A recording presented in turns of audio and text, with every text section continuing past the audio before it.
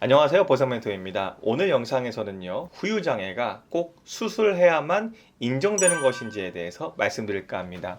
사실 저희 보상멘토로 문의를 주시는 질문 중에 이 질문도 상당히 많이 있습니다. 후유장애 보험금을 신청하려고 하는데 이게 꼭 수술해야만 인정된다는 말이 있다. 이 질문에 대해서 어떻게 생각하는지에 대한 문의를 많이 주시는데요. 결과적으로 말씀드리면 후유장애란 반드시 수술을 해야만 하는 것은 아닙니다. 왜냐하면 개인보험 약관에 보시면요, 후유장애를 이렇게 표현합니다. 상해가 치유된 후에 신체에 남아있는 육체적인 훼손 상태나 기능 상실 상태다, 이렇게 돼 있어요. 여기에 상해가 치유된 후라는 표현이 써 있지 수술을 해야만 한다라는 문구가 전혀 들어가 있지 않거든요. 따라서 수술을 하지 않는다고 해서 후유장애가 남지 않는 것은 아닙니다. 물론 수술이 필요한 증상은 반드시 수술을 하고 나서 후유장애를 평가하는 것이 맞겠지만 그렇지 않은 경우도 있다는 거 잊지 않으시면 좋겠습니다.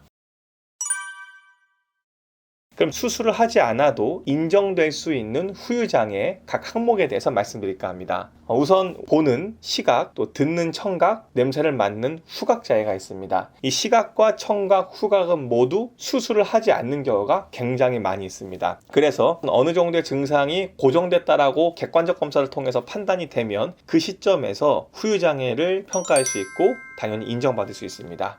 그 다음에 추상장애가 있습니다. 우리 개인보험 약관에 보면 추상장애의 경우 성형수술을 하여도 반응이 남는 경우에 후유장애 평가를 하는 것이 원칙이다, 이런 표현이 있습니다. 그런데 여러분 아실게요, 성형수술이라고 하니까 이것도 수술이라고 인지하는 경우가 있습니다. 그런데 단지 표현상에 그럴 뿐이죠. 이 얼굴에 면상반응이나 선상반응 남아서 이마나 코 주변에 누가 봐도 흉터가 많이 남는 분들이 있잖아요. 그분들에게 시행하는 것이 수술이 아니라 시술입니다. 레이저 치료술이라고 해서요, 얼굴에 그 깊게 패인 흉터나 자국을 조금씩 옅게 하는 시술입니다. 그러니까 추상장애도 수술을 하지 않지만 후유장애 대상이 될 수 있는 한 가지 항목이라는 것을 말씀드립니다. 또 압박골절이 있습니다. 압박골절은 제가 다른 영상에서도 말씀드렸다시피 수술을 하지 않는 경우가 굉장히 일반적입니다. 그렇기 때문에 압박골절의 변형된 상태만으로 후유장애를 평가할 수 있기 때문에 당연히 인정받을 수 있습니다. 그 다음에 체간골의 장애, 대표적으로 흉골과 늑골골절이 있습니다. 흉골골절은 보통 거의 없습니다. 실무적으로는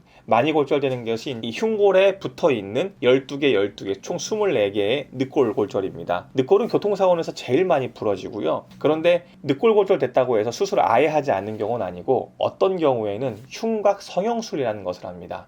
이 수술은 왜 하냐면 늑골이 정말 다발성으로 다 부러진 거예요. 그리고 각각의 늑골마다 굉장히 예후가 좋지 않게 삐뚤빼뚤 유압된 경우가 있습니다. 이렇게 되면 일상생활 자체가 상당히 어려워지거든요. 근데 그런 경우는 아주 드문 케이스입니다. 그런 경우를 뺀 대부분의 케이스는 자연적인 유압이 되는 것이고요. 유압되는 과정에서 원래의 모습이 아닌 조금 비뚤어진 상태에서 유압돼서 각 형성이 발생되면 그것도 수술을 하지 않지만 후유장애가 인정될 수 있습니다. 그 다음에 회전근개 파열도 그런데요. 흔히 어깨관절을 둘러싸고 있는 4개의 주요 인대를 말하는 것이죠. 회전근개도 수술을 하는 의료기관이 상당히 많긴 하지만 수술적 치료를 하지 않게 권유하는 전문의나 의료기관도 상당히 많습니다. 그러다 보니까 수술은 하지 않아도 이 회전근개 파열로 인해서 어깨에 운동 제한이 오는 경우도 있을 수 있습니다. 그 자체로 후유장애 인정이 될 수 있죠. 또 전방 및 후방 십자인대 파열도 수술하지 않아도 인정될 수 있는 대표적인 케이스입니다. 물론 이제 전방 십자인대 파열 같은 경우는 전방 십자인대 재건술이 슬관절 전문의들에게 보편적으로 이미 알려져 있기 때문에 그런 수술을 하는 것이 일반적입니다. 반면에 후방 십자인대 같은 경우는요, 아직까지 재건술을 시행하여도 재건술을 시행하지 않는 경우와 거의 비슷한 양상을 보이고 있습니다. 후방 십자인대 파열된 경우에는 수술을 권하지 않고 보존적 치료만 하는 것도 상당히 많이 관찰할 수 있습니다.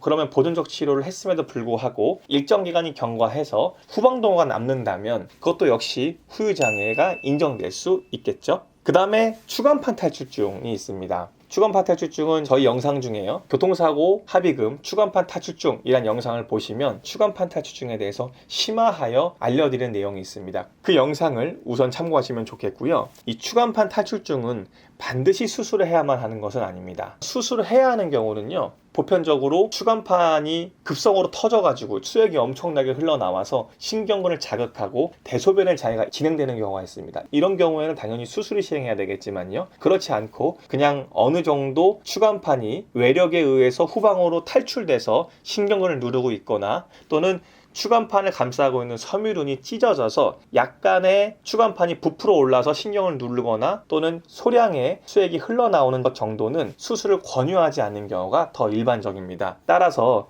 추간판 탈출증은 수술하지 않는다 하더라도 당연히 하지방사통, 감각신경 증상이 잔존할 수 있고요. 전기진단검사나 근전도 검사 등을 통해서 확정하면 수술하지 않아도 후유장애가 인정될 수 있습니다. 그 다음 끝으로 각종 신경손상이 수술을 하지 않는 또 한 가지 예가 되겠는데요. 우리 인체의 팔다리에는 여러 뼈들이 존재합니다. 이 뼈들이 외상으로 인해서 골절되면 단지 우리 눈에는 뼈만 골절된 것처럼 보이지만 실은 각 뼈 주변에는 얇은 실처럼 지나가는 신경들이 있습니다.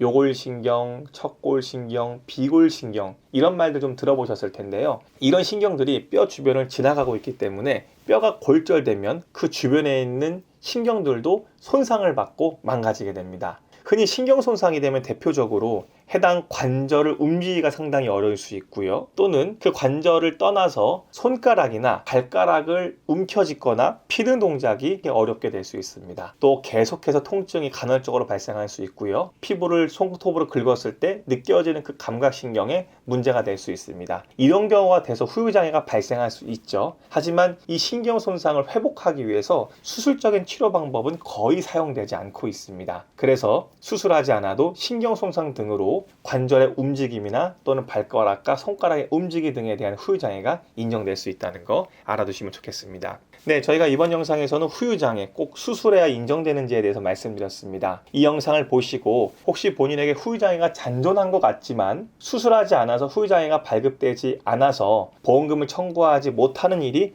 없으셨으면 좋겠고요. 또 본인을 치료한 전문의와 상의 나눠보셨으면 좋겠습니다. 오늘의 주제가 여러분에게 도움이 되셨다면 좋아요와 구독 꼭 눌러주시면 좋겠습니다. 언제나 저희는 여러분들의 격려와 칭찬으로 계속해서 발전하고 있습니다. 그럼 저희는 다음 영상을 통해 또 뵐게요. 이만 마치겠습니다. 감사합니다.